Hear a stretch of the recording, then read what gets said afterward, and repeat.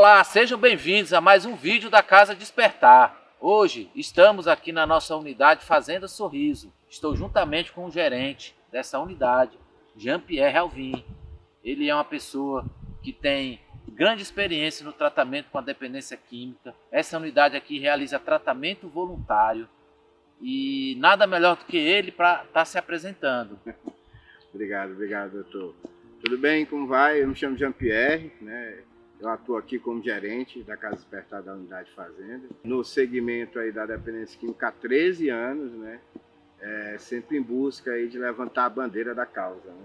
Então hoje a gente veio falar a respeito de tratamento voluntário, vamos falar também a respeito de primeira internação e sobre essas mudanças na vida das famílias.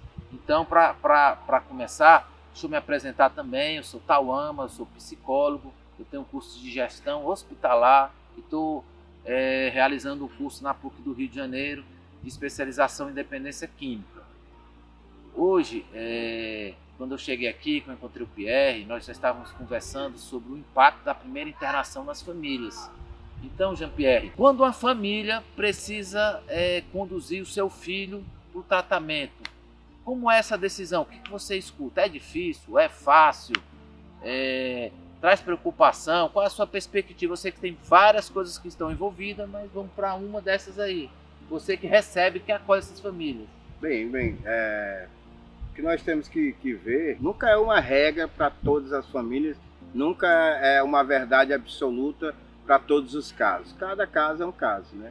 Mas o processo da internação, ele começa muito antes da família até mesmo nos procurar aqui na Casa Despertar, de achar o nosso número na internet, de entrar em contato. Esse processo começa quando a família descobre que tem esse problema dentro de casa e precisa vencer, né, digamos assim, a barreira de uma negação. De não, tá tudo bem, passa um pano por cima, tenta tapar o sol com a peneira, né, acha que são as más influências, tenta fazer ali um jogo que possa até acobertar o que está acontecendo ali com o seu familiar. Passada essa fase de negação da própria família, né, quando a família aceita que realmente tem esse problema dentro de casa, de um familiar passando por essa enfermidade e decide procurar ajuda, e nos procura e chega aqui, nós vamos primeiramente entender que essa internação ela vai mudar a vida da família, vai mudar a vida do indivíduo e a vida da família, né? Vai causar um impacto, tanto internamente quanto também externamente, já que a própria dependência química ela tem um preconceito muito grande dentro da sociedade e dentro da própria família, né? E a internação ela vai trazer também, digamos assim, esse estigma. Talvez a pessoa fique com medo de ficar estigmatizada. Quando a gente consegue compreender isso tudo, ter um olhar terapêutico para isso, um olhar de cuidado para isso, nós vamos conseguir abordar melhor o assunto e orientar a família melhor para as etapas que virão em seguida. Exatamente. Algo que acontece, abrir aqui um parênteses, é o seguinte: muitas vezes o dependente, né, ele começa como experimentador, começa por uma brincadeira, começa por estar querendo estar sendo incluído num grupo, ou por outras questões, por questões de transtorno de ansiedade, outras questões que possam estar juntos. Sim. E nessa situação, quando a família decide vir para cá, ela se perguntou várias vezes, como o Pierre acabou de colocar, e algo que eu escuto muitas famílias é a falta que esse filho faz em casa. Porque por mais que ele esteja chegando tarde ou dando trabalho, alguma coisa, quando ele vem para o tratamento, as famílias ficam ligando todo dia para ti, Pierre. Como é que é isso? Olha, eu costumo falar que no momento que a pessoa vem para a internação e está aqui internado voluntariamente, né, provavelmente é o momento que ela está mais perto da família. Porque mesmo distante fisicamente, é o momento que ele começa a sentir falta, começa a sentir saudade e começa a se conscientizar do que estava acontecendo. E a família também começa a ver ele mais presente, porque mesmo ele estando ausente da casa dele, é o momento que a família começa a sentir mais falta, é o momento que a família começa a ter mais consciência do tanto que faz falta a pessoa dentro de casa, né? E uma história muito bacana também da gente analisar, importante de salientar, é que nem todo mundo que procura internação e que muitas vezes tem a necessidade de se internar é um dependente, né? Muitas vezes aquela pessoa ali ela ainda está passando por uma fase de namoro, muitas vezes ainda está passando por uma fase abusiva, tem um grande potencial para se tornar um dependente, mas nós podemos frear, né, esse processo já em uma primeira internação e evitar que a pessoa chegue a esse grau de dependência. Então, muitos dos nossos internos de primeira internação ainda estão numa relação de abuso, não necessariamente são dependentes, né? É importante falar isso, porque senão, assim, todo mundo que vem se internar é dependente. Não é.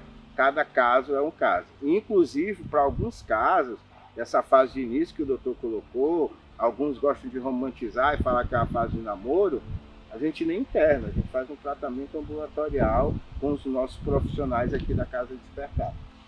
Eu até gostaria de deixar bem claro para vocês a diferença de abusador e de dependente. O abusador, ele utiliza o álcool ou a droga uma vez ou outra com uma quantidade exagerada. E traz prejuízo. Traz prejuízos. No álcool ele pode chegar a ter amnésia alcoólica, ele pode cair, ele pode se machucar, ele pode ficar agressivo, pode ter grandes consequências com esse abuso. Já o dependente, ele utiliza o álcool diariamente, e aí o comprometimento de longo prazo se torna diferente, onde o fígado, o pâncreas e as outras partes do corpo ficam debilitadas, é algo de longo prazo. O abuso é algo que é pontual.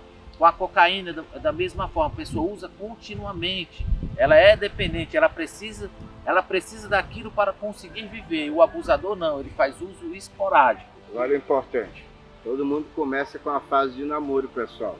Não se enganem, aquela fase que acha que está tudo bem, que é só alegria, muito cuidado também, né? É verdade. Então, em cima disso, um exemplo, a mãe pega e fala: meu Deus, meu filho está usando maconha. É para internar, Pierre?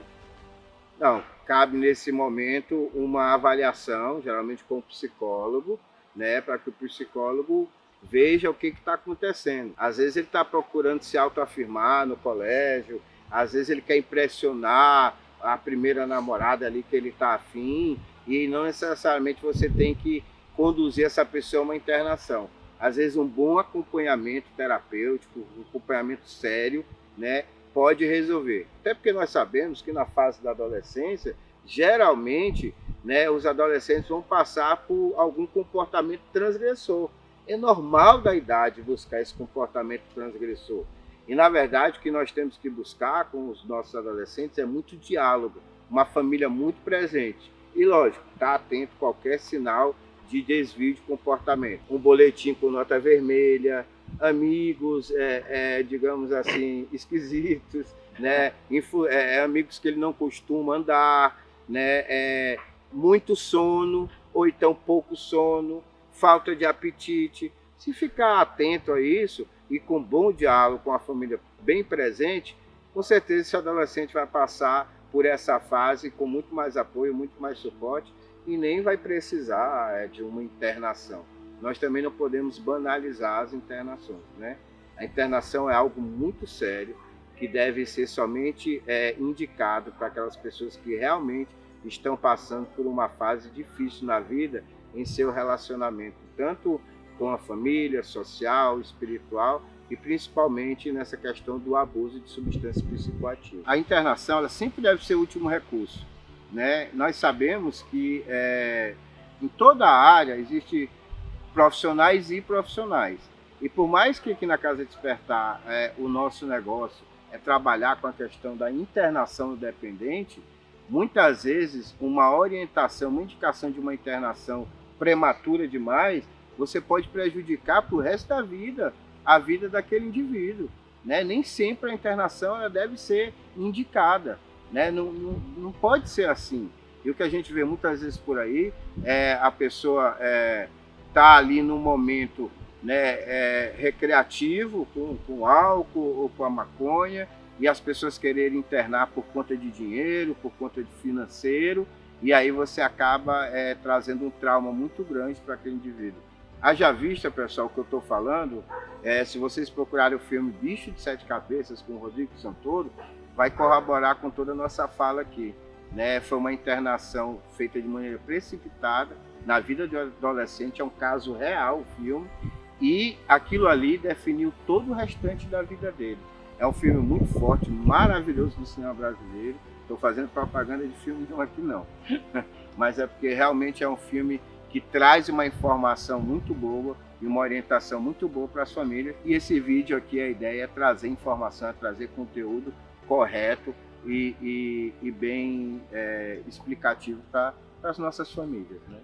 Até aproveitando o que o Pé está colocando, nós não internamos pessoas com menos de 18 anos, por conta do Estatuto da Criança e do Adolescente.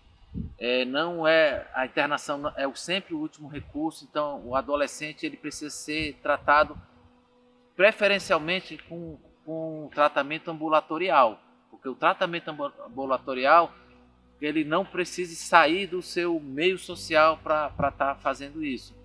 E até aproveitando, falando sobre internações e tudo, Pierre, a gente aqui na Casa Despertar, nós recebemos as famílias, nós normalmente realizamos uma anamnese com as famílias, um momento no qual você chega, conversa para conhecer o paciente. Muitas vezes a família pensa que é apenas o problema seja exclusivamente o paciente, mas não, existe uma família que funciona dessa forma e que ela precisa ter consciência para passar para a família que o paciente que está aqui dentro ele tem um transtorno comportamental de uso e abuso de drogas, que ele tem uma doença. A família aceita isso bem? Vamos lá. Pessoal, aquela história de que olha fulano, ele é tão bom, um menino tão bom, né? Só faz mal para ele mesmo. Pessoal, isso é uma inverdade, isso não existe. Né? O dependente químico, quando realmente está numa fase avançada da doença, ele faz mal para ele mesmo e para muitas pessoas que estão ao redor dele. Né? Isso é visível. Né? O Dr. Thelma até gosta muito de falar essa frase. A dependência química ela não é contagiosa, mas ela é contagiante. E nesse momento, né, passar para a família, que a família também é atingida pelo uso de droga daquele familiar, que a família precisa de tratamento e que aquilo ali só vai funcionar se todos estiverem juntos, é um dos nossos grandes desafios. E além da dependência química, muitas vezes o dependente químico apresenta algo que vem de uma maneira secundária aliada à dependência química. E passar isso para a família também é muito difícil, que é a pergunta do Dr. Thelma, né? Porque a família acredita muitas vezes, não de forma, como é que eu poderia dizer, não de forma... uma verdade que a família traz absoluta, mas é porque não tem informação realmente. Então a família acha que é só colocar para internação que vai sair o filme, vai sair o filho como era antes, eu quero meu filho como era antes, né? Ninguém volta a ser o que era antes. As pessoas passam por experiência e se tornam novas pessoas. E geralmente é isso que acontece aqui. Então muitas vezes a pessoa vai passar por essa experiência da drogadição e vai ficar marcas, vai ficar algumas situações que a família vai precisar lidar com o novo, né? E dentro disso estão as comorbidades, às vezes é uma depressão pós-uso, às vezes o que acontece é que a pessoa desenvolve uma ansiedade generalizada, uma desconfiança também exacerbada, e a gente vai ter que tratar isso, ou no processo da desintoxicação, o que é muito importante esse processo, porque tudo que acontece, isso aí já até de uma ordem médica, tudo que acontece nos 30 primeiros dias após o último uso, os 30 primeiros dias de internação, é avaliado como consequência da recaída, do último uso. Então as pessoas chegam aqui, porque o meu filho está com depressão, porque o meu filho está com TDAH, está com toque. muita calma. Primeiro vamos desintoxicar e após essa desintoxicação, os nossos médicos vão fazer a avaliação junto com os nossos psicólogos para realmente ver se ficou algum dano. E esse dano vai ser tratado tanto com psicoterapia quanto medicação. E aí é que as famílias muitas vezes negam isso, achando que ou é algo de ordem moral, né, um defeito de caráter, ou que os remédios vão fazer mal. Enfim, abre um leque de situações que nós precisamos conduzir muito bem, em que muitas vezes a família ou é aliada nesse processo, ou muitas vezes também pode ser até um obstáculo. Exatamente. Até falando do estudo lá do NIDA, do Instituto Americano sobre Drogas e Álcool, coloca que para cada dependente ele contagia 7 pessoas. Quando ele contagia 7 pessoas, então, até lá ele coloca assim, até o pet da residência, ele sofre com a pessoa quando ela está com Isso essa é uma questão verdade. Isso é uma de depressão. Verdade. Quando ele está triste, ou quando ele está bêbado, ou quando ele está drogado, todo mundo que está ao redor acaba fazendo isso aí. Pierre, e o momento da nossa... a gente sabe que o paciente vem para cá, você conversa com a família, você explica lá sobre a adicção, fala com a doença, e quando você coloca um pouquinho assim para a família, olha, existem alguns comportamentos que as famílias têm para poder cuidar do dependente. E algumas famílias acabam tendo características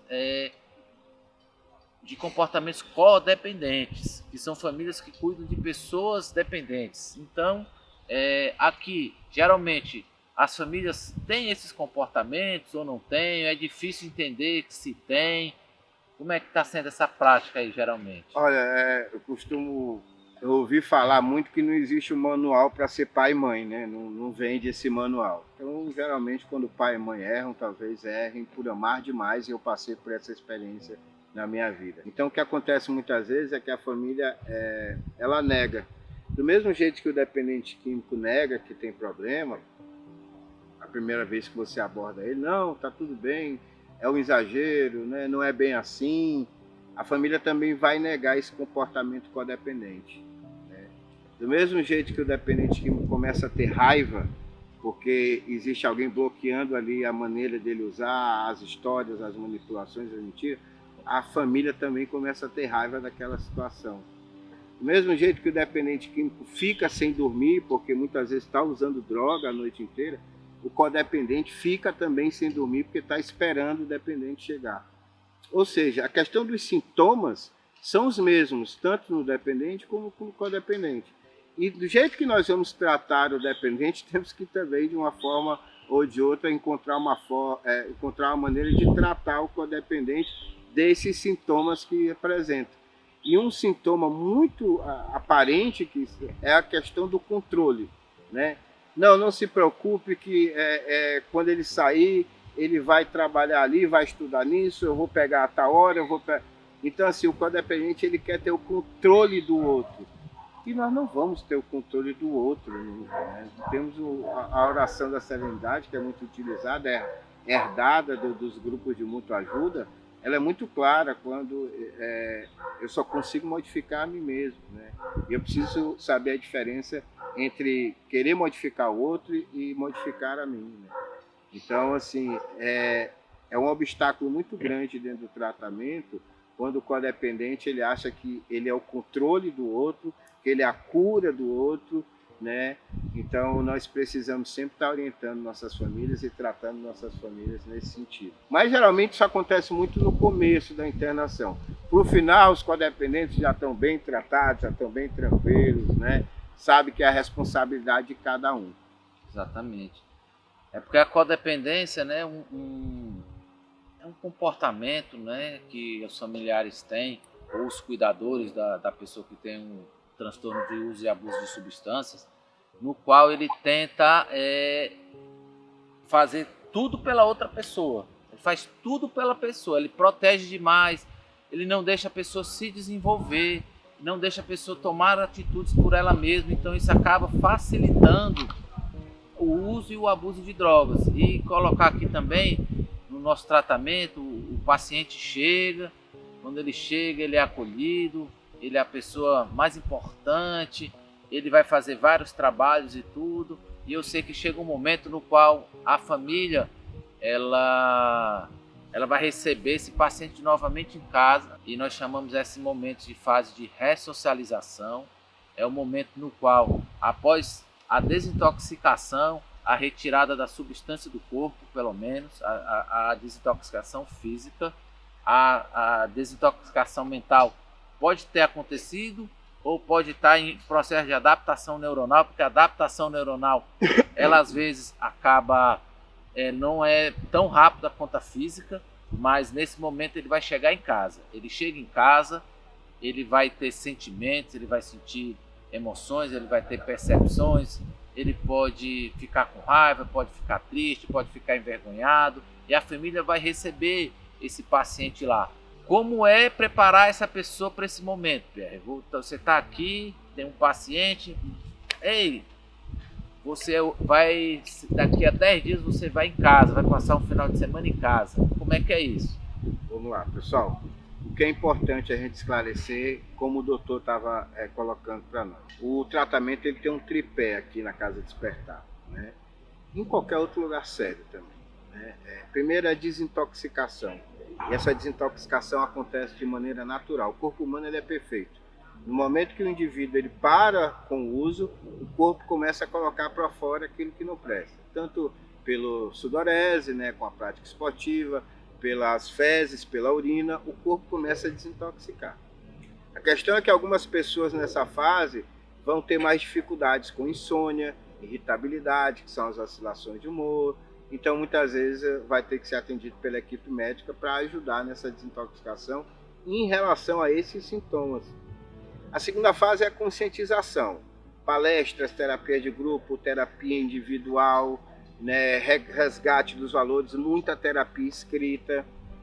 E a terceira parte desse tripé é a reinserção social, extremamente importante, porque nós não vamos preparar o indivíduo para morar aqui. A Casa Despertar ela é uma casa de passagem. As pessoas vão passar por aqui e o nosso objetivo é devolver eles, né, ou elas, ao seio familiar, ao seio da sociedade, de uma maneira paliativa, né, bem devagar, com terapias externas, os grupos de mútua ajuda, terapias com hábitos saudáveis, cinema, né, futebol, né, então, e dentro disso faz parte a visita terapêutica, ou ressocialização, que na verdade é reinserir socialmente aquele indivíduo. Porque se você pegar uma pessoa que fica em média 90 dias internada e não fazer esse processo com ela, no momento que ela tiver alta, ela vai ter muitos sentimentos, situações que ela não vai saber lidar lá fora, porque ficou todo o tempo, né, em regime fechado aqui, né? Então, assim, geralmente na metade do tratamento, com 45 dias para alguns, para outros mais, para outros menos, não tem um tempo certo, isso vai depender do plano de tratamento singular dessa pessoa, mas o importante é que nós possamos fazer com que ela sinta algumas situações de um ambiente que ela vai viver, que é o ambiente dentro da casa, né? Que é o ambiente com a família. Então nós conversamos com as famílias, algumas famílias de início, não, mas você vai mandar ele aqui, né? Eu disse, olha, é necessário, nós precisamos acreditar, precisamos que ele viva algumas situações. E o que acontece é que geralmente quando essa pessoa ela vai em casa passar um final de semana e volta, a gente tem muito material ainda para trabalhar, porque ela fala, olha, eu não me senti bem com isso, eu senti isso quando eu vi tal situação. Então é extremamente importante essa fase. E quando chegar finalmente o momento da alta dessa pessoa, quando ela voltar para casa, ela já vai estar muito melhor preparada, né? Já vai estar mais segura, mais confiante, tanto ela quanto a família também. Então a reinserção social ela faz parte do tratamento. Nós preparamos os nossos pacientes para isso, com um plano, né, de tratamento singular, em conjunto com toda a equipe disciplinar, o psicólogo, o médico, né, o conselheiro, os monitores, de acordo com o comportamento, e a família. E geralmente os resultados que nós temos obtido são resultados maravilhosos. Muito legal. E depois, às vezes tem outras ressocializações, mais 2, 3 ou 4, vai depender do PTS. PTS é o Planejamento Terapêutico Singular, no qual a gente traça qual o objetivo aqui a ser alcançado no tratamento no decorrer que ele tiver aqui. E muitas vezes o tratamento não termina na internação. Não. De maneira alguma. O tratamento ele precisa ser, ele é contínuo. É uma doença progressiva, incurável e fatal. Então, por ser uma doença progressiva, incurável e fatal, ele apenas pode ser detido. Normalmente, a maioria das doenças, elas são detidas. O que acontece? Nós aprendemos a conviver com ela. Então, vai ter vários encaminhamentos, ele precisa ir para grupo de mútua ajuda, ele precisa procurar ter programas saudáveis, né? Evitar locais que tenham consumo de álcool e drogas. Então, tudo isso está envolvido aqui. Geralmente, Pierre, qual é o momento, assim, o ponto alto do nosso tratamento é a graduação. Geralmente ela acontece mais ou menos com 120 dias, 100 e poucos dias, de acordo com como está o paciente. Como é que está acontecendo aqui? O que é que você fala assim, o que ele fez para conseguir graduar? Bem, é um momento muito importante porque a família deposita em nós a confiança muitas vezes, ou sempre, no seu bem mais precioso, que é um esposo, que é um filho, que é um pai, que é um irmão, que é uma irmã. A família deposita em nós essa confiança. E é o momento que nós, digamos assim, estamos devolvendo o familiar para a família. E eu acredito, doutor, resumindo, em questão à sua pergunta, o que ele fez para graduar, o que realmente faz com que essa pessoa busque, receba a graduação na Casa Despertar, é a mudança. A mudança é o que há de mais importante no nosso tratamento. Se aquela pessoa mudou, nem que seja um pouco, o nosso objetivo é alcançado, né? A mudança é muito importante dentro do tratamento. Porque errar, nós vamos continuar errando. Novos erros é um sinal de crescimento. Né? Nos chatear, ter frustrações na vida, né? Parar de usar droga não é um mar de rosas, mas é vida, porque com droga não é vida. Então, se nós conseguimos contribuir com uma mudança com aquele indivíduo, e isso acontece, a gente tem muito retorno das famílias, olha, ele está mais organizado, né? Ele lavou o prato na hora que comeu, ele arrumou a cama, ele foi dormir cedo, ele tá dando boa noite, ele está dando bom dia. Pequenas mudanças que vão fazer essa pessoa resgatar os valores familiares, porque com os valores familiares, ela vai estar protegida de todo esse submundo da droga. E muitas vezes o que a gente busca aqui como principal, né, argumento de recuperação é a mudança. A graduação é a mudança do indivíduo, ou pelo menos o start desse processo. Porque também nós não temos a pretensão de em 120 dias, em 4 meses, em 3 meses, em 5 meses, mudar muitas vezes 10, 15 anos de vida. Mas o start tem que começar aqui dentro. Então, pessoal, como o Pierre acabou de colocar,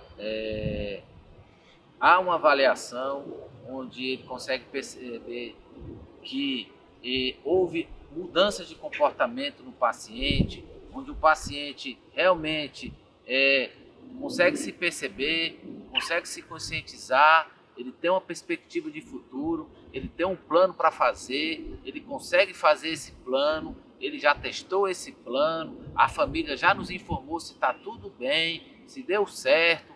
Nós aqui na hora que ele sai de ressocialização, utilizamos screens para saber se ele usou droga ou não, para deixar ele comprovar para todo mundo que ele não usou. Isso traz confiança, que tem famílias bastante desconfiadas, tem pessoas também, pacientes inseguros que não falam assim, eu queria provar que eu não usei. Ele prova através também desse screen. Então existe toda essa atmosfera de recuperação e ele continua vindo para cá. Então é um trabalho que tem método, é um trabalho que a gente faz aqui com amor, que faz a diferença na vida de muitas pessoas. Agradeço aí você que está acompanhando esse vídeo até agora. obrigado, e existe vida após as drogas. A Casa Despertar está aqui para poder ajudar, para poder fazer a diferença na vida de quem está passando por esse momento difícil.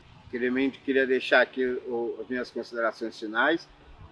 Em cima do que o doutor falou, nós usamos também a escala motivacional de Clemente de Prochaska, que é uma das ferramentas dentro do tratamento da Casa Despertar. Gostaria de agradecer a todos que viram esse vídeo e deixar aqui uma informação bem clara, né, juntamente com o doutor, nosso diretor.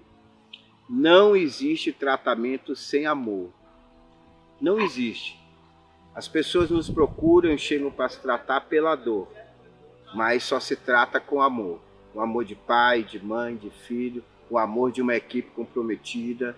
Nós estamos lidando aqui com vidas, e quando lidamos com vidas, precisamos lidar com amor.